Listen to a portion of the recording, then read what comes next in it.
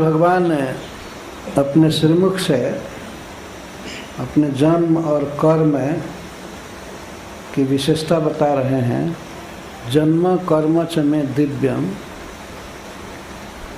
मेरा जन्म और मेरे कर्म, मेरे जन्म और मेरे कर्म दिव्य हैं।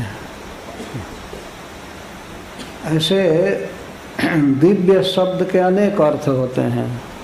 दिव्य का अर्थ होता है अलौकिक,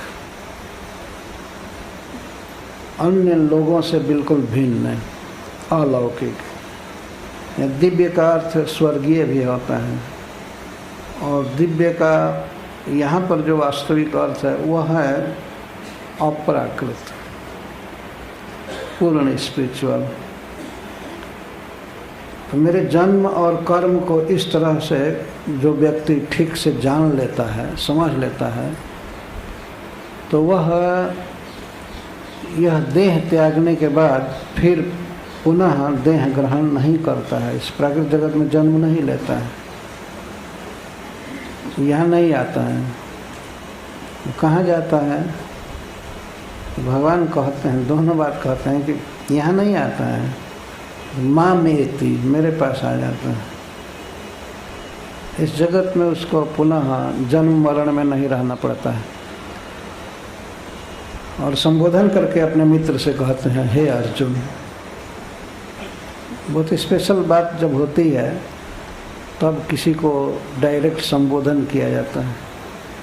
वैसे भगवद गीता में जहाँ तहाँ भगवान अर्जुन को संबोधित करते हैं, भारत, पार्थ, अर्जुन, सखे, इस तरह से बोलते जाते हैं।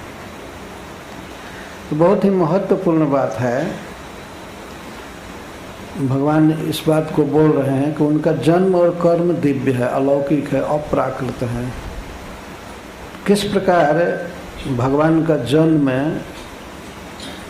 अलौकिक होता है, इसको श्रीमद् भागवतम में कहा गया है। श्रील सुखदेव गोस्वामी महाराज परीक्षित की उस महान सभा में गंगा जी के तट पर भगवान के दिव्य जन्म की चर्चा की है। पहले दसम स्कंद के प्रारंभिक अध्यायों में वे भगवान के जन्म की चर्चा किए हैं। तो यह परंपरा है, भगवान के जन्म के विषय में बोलना, सुनना, गाना और तत्व से इस तरह समझ लेना। तो बड़े बड़े ऋषि मुनि सुखदेव गोस्वामी से श्री भगवान के जन्म के विषय में सुन रहे हैं। तो हमें कुछ अंश यहाँ प्रस्तुत करने की चेष्टा करेंगे।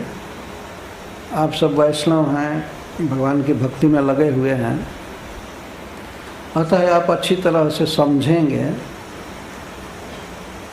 इसमें कोई संदेह नहीं है कि हम जिस प्रभु के दास हैं, उनकी भक्ति कर रहे हैं, उनके जन्म के विषय में सुनना है।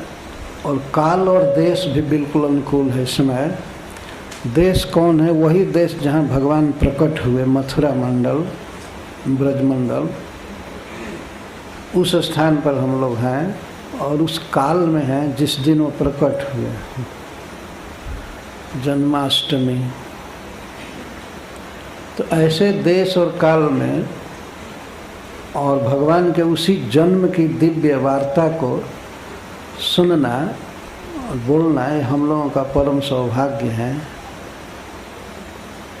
तो सुखदेव गोस्वामी वैसे और भी बहुत बातें बोले हैं, लेकिन कुछ ही बातें हैं कही जा सकती हैं।